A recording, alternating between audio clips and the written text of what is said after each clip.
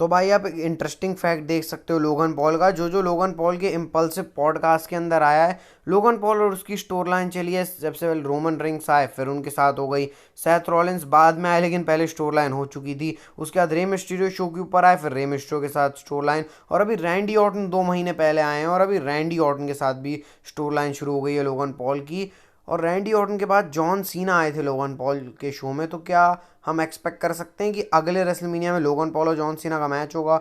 मे भी शायद हो सकता है। तो फिर डोमिनिक मिस्टीरियो लोगन पॉल का शो भाई जरूर देखना पड़ेगा एक बार ऐसे में, मतलब कभी भी डॉम आए लोगन पॉल के शो में डोमिनिक, तो और अच्छा मज़ा आ जाएगा। तगड़े दो रोस्ट करने वाले लोग।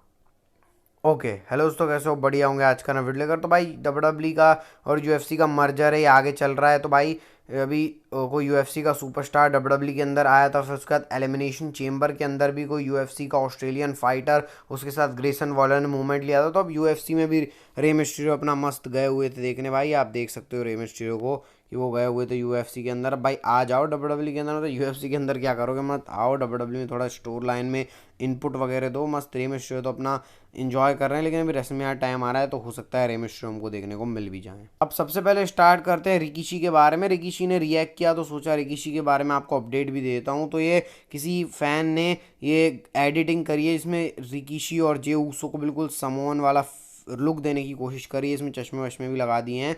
तो रिकीशी ने हीट करके ब्लड लाइन की इमोजी वी द वंस करके उसको टैग किया हुआ है। तो भाई ये रिकीशी कर रहे हैं, मतलब रिकीशी ट्वीट के हिसाब से बताना चाह रहे हैं कि वो जे ऊसो के साथ है, लेकिन फिर ये भी देखो ना भाई, पोस्ट जे ऊसो की थी तो उन्होंने जे ऊसो के ऊपर रिएक्ट किया। वैसे रिकीशी डालते रहते हैं सारी चीज़ें, उनसे हमको फ़र्क नहीं पड़ता। फ़र्क इससे पड़ता है भाई रिकीशी कब आ रहे हैं। अगर आपने वीडियोस देखी होंगी आज से एक आधा महीने पहले की, तो मैंने आपको बताया था कि रिकीशी स्पेशल गेस्ट रेफरी बन सकते हैं इस मैच के अंदर, और रिपोर्ट्स आ रही हैं, लेकिन डब्ल्यू अभी तक ला नहीं रही है। और भाई अब सही प्लेटफॉर्म है लाने का, क्योंकि अभी जे ऊसो और जिमी ऊसो की स्टोर लाइन प्रोग्रेशन के लिए स्टार्ट होगी, और अब रेसलमेनिया के लिए भाई 5 से 6 हफ्ते ही बचे हैं, उसके बाद सीधे रेसलमेनिया है, तो वहाँ पे कुछ डब्ल्यू करना पड़ेगा भाई। तो देख लो, ले आओ रिकीशी को।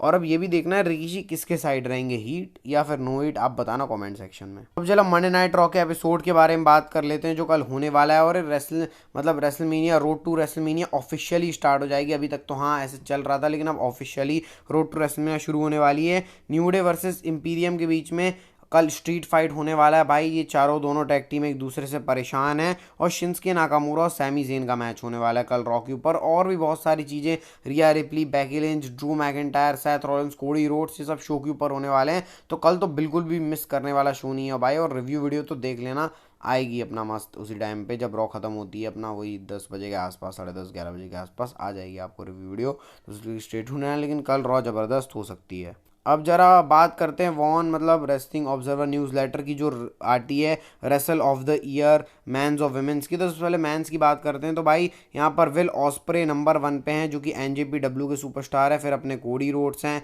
फिर एमजेएफ हैं, फिर रोमन रिंग्स और फिर ब्रायन डैनियल्सन है। तो भाई यहाँ से आप देख सकते हो कि ये इन पांचों के नाम रहा है भाई। सही बात है, मतलब विल ऑस्प्रे ने तो सबसे खतरनाक कमाल किया ही है, लेकिन कोडी रोड्स को विल ऑस्प्रे से भी ऊपर रखूंगा कि भाई कोडी रोड्स, और इसमें बहुत सारे सुपरस्टार नहीं है, लेकिन अब भाई डब्ल्यू अकेली लौती प्रमोशन तो है नहीं, और भी रेसलिंग शोज हैं, वो झुंझुना बजाने थोड़ी आएंगे। एमजेएफ का नाम सही है, बाकी मेरे को इस लिस्ट से ज़्यादा दिक्कत हुई नहीं है। रोमन रिंग्स का नाम मेरे हिसाब से होना भी नहीं चाहिए था भाई। देखो मैं रोमन रिंग्स का फ़ैन हूँ, लेकिन फिर भी बोल रहा हूँ, क्योंकि रोमन रिंग्स ने कुछ ऐसा किया नहीं। सेथ रॉलिंस का नाम होना चाहिए था रोमन रिंग्स की जगह भाई। ये वोट हैं तो आप देख सकते हो। वैसी वुमेंस रेसलिंग का भी देख सकते हो भाई। ऑब्वियसली पूरा वुमेंस डिवीज़न 2023 है वो कब्जा रिया रिप्ली ने किया है पूरा भाई, मतलब पूरा 2023 रिया रिप्ली को कह दो।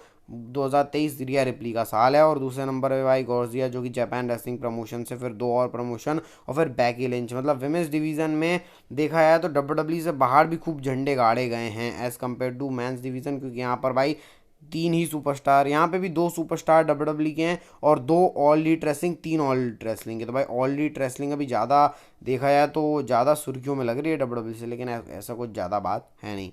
अब जरा विंस मैकमैन के एलिगेशंस के ऊपर कमेंट्स की बात करते हैं, तो भाई 2 सुपरस्टार ने उसके ऊपर कमेंट किए हैं, बैकी लिंच और केविन ओवन। सबसे पहले बैकी लिंच का आप सुन सकते हो। तो भाई बैकी लिंच ने सिंपली ये बोला, देखो पहले मेरे को पॉजिटिव लगता रहा डब्ल्यू के अंदर, अभी भी पॉजिटिव लगता है, डब्ल्यू मेरे लिए एक फैमिली है, ऐसा बैकी लिंच ने बोला। और ये एलिगेशन बिल्कुल भी टॉलरेट नहीं किए जाएंगे, ऐसा बैकी लिंच ने बोला। मतलब बैकी लिंच ने देखो भाई, मतलब एक तो सीधी सच्ची बात है कि विंस मैकमैन ने बहुत ज़्यादा मतलब ऐसे बैकी लिंच के करियर में इन्फ्लुएंस डाला है, तो सीधे सीधे बैकी लिंच तो बोलेंगे ही नहीं। लेकिन हाँ, उन्होंने बस इतनी ये चीज़ बोली कि जो एलिगेशन है वो सही, मतलब जो एलिगेशन लगे हुए हैं वो बिल्कुल भी उनको अच्छा नहीं लगता। और केविन ओवंस ने तो भाई सीधे बोल दिया टॉलरेट ही नहीं करना चाहिए। मतलब बैकी लिंच ने घुमा फिरा के चीज़ें बोली, वैसे ही केविन ओवंस ने तो सीधे बोल दिया भाई टॉलरेट करने की ऐसी कोई ज़रूरत नहीं है, बेकार मतलब ऐसी चीज़ है। तो कोई भी सुपरस्टार सपोर्ट नहीं कर रहा, ऑब्वियसली क्यों करेगा, मेरे को बताना भी था, लेकिन फिर भी भाई बैकी लिंच ने बताया, क्योंकि बैकी लिंच भी विंस मैकमैन की one of the favourite superstar में थी। और लगे हाथ केविन ओवंस का भी मैंने आपको बता दिया। तो भाई ये सीन चल रहा है अभी। तो भाई अब जरा रैंडी ऑर्टन के बारे में बात कर लेते हैं। तो भाई एक क्राइम नेट की तरफ से आप ये देख सकते हो भाई कि एक बंदा है जो आरकेओ मार रहा है। मतलब भाई कभी भी रैंडम रैंडम किसी भी लोगों को आरकेओ मार दे रहा है वो, मतलब बिल्कुल तमाशा बना के रख दिया है। तो इसके ऊपर भाई एक फैन ने सीधे सीधे रैंडी ऑर्टन को टैग ही कर दिया कि भाई तुम्हारे थॉट्स बताओ। तो रैंडी ऑर्टन ने क्या रिप्लाई दिया अपने स्क्रीन के ऊपर देख सकते हो कि भाई bring the punt kick back, मतलब पंट किक, इसको मारो मारो भाई इसको, मतलब इसको केस कर, इसके ऊपर केस कर दो। CTE का पता नहीं भाई कोई डिजीज़ होती है ब्रेन की, मैंने इसको ऊपर सर्च किया था, ज़्यादा कुछ पता नहीं है मेरे को। और 5 ईयर्स की इसको सज़ा दिलाओ। तो ऐसा रैंडी ऑर्टन ने बोला है भाई, और सही किया रैंडी ऑर्टन ने। मतलब क्योंकि अब भाई रैंडी ऑर्टन का आरक्यू एक टाइम पे बहुत फेमस हो गया था। मतलब इसके बारे में शायद मैंने आपको बताया नहीं है, लेकिन 2 साल पहले किसी की डेथ भी हो गई है। मतलब इंडिया के ही अंदर हुआ है सीन कि भाई गाड़ी से एक ने आरक्यू मार दिया किसी को, तो ऐसा हुआ है। और भाई ऐसा मतलब और ना हो इस चक्कर में।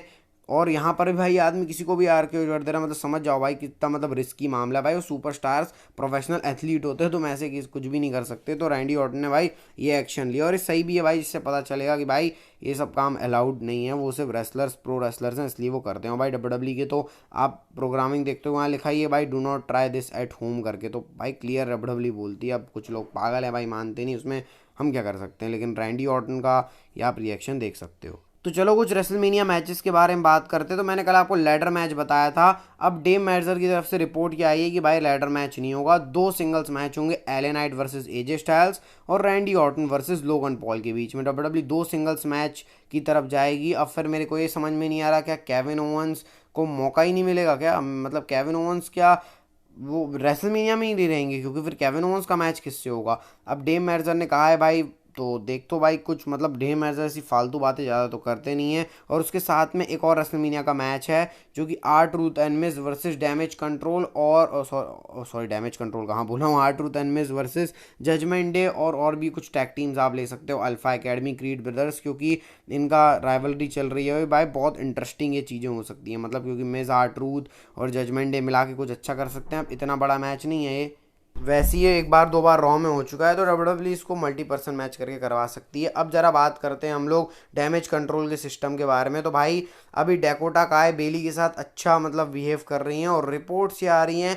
कि इसमें डेकोटा काय का बहुत मेजर रोल होने वाला है, बेली और ये जो ईओ स्काई की स्टोर लाइन है। क्योंकि डेकोटा काय अभी क्लियर नहीं कर रही कि वो हैं किसके साइड में, और अगले हफ्ते इनके बीच मैच भी होने वाला है। तो हो सकता है कि इस storyline major role play करने का मतलब है टाइटल चेंज करना और बिट्रेयल करना। डेकोटा काय बेली के ऊपर टर्न कर सकती हैं, क्योंकि हम लोगों ने देखा था कि भाई जब डैमेज कंट्रोल बेली का सपोर्ट नहीं कर रही थी, तो डेकोटा काय इनडायरेक्टली सपोर्ट नहीं कर रही, डायरेक्टली ऐसा कुछ नहीं था, लेकिन इनडायरेक्टली वो बेली को इग्नोर कर रही थी।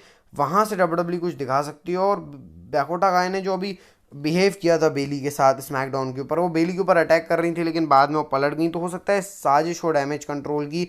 तो बहुत ही इंपॉर्टेंट ये स्टोर लाइन होने वाली है।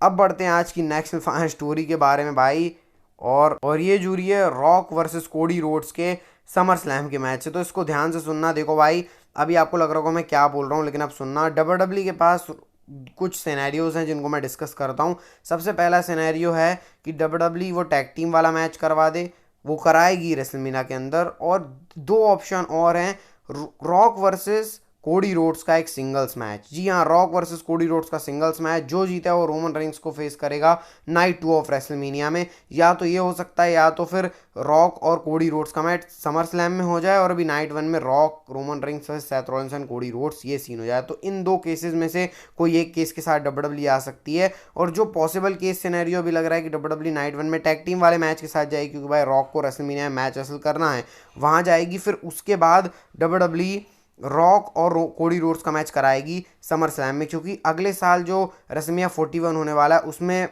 रिपोर्ट है कि रोमन रिंग्स वर्सेस रॉक का मैच होगा। तो उसके लिए डब्ल्यूडब्ल्यू को स्टेज सेट करना पड़ेगा ना। रोमन कोडी का मैच हो गया, अब कोडी और रॉक का मैच होगा, उसमें रोमन रिंग्स का कुछ इंसर्ट रहने वाला है। तो ऐसे करके डब्ल्यूडब्ल्यू इसको चलाने वाली है भाई। बहुत इंटरेस्टिंग ये सीन होने वाला है अभी, और उसका तो वेट नहीं हो रहा है अगले स्मैकडाउन का जब रॉक आएंगे। और भाई ये वीडियो अच्छी लगी तो इस वीडियो को लाइक चैनल सब्सक्राइब करके बेल नोटिफिकेशन बेल को दबा देना। मिलते हैं आपको नेक्स्ट वीडियो में। हेल्थ का ध्यान रखना, health is wealth. Bye bye, take care. Daily content आता है भाई, सब्सक्राइब कर लेना। और रॉक रिव्यू में मिलते हैं सीधे।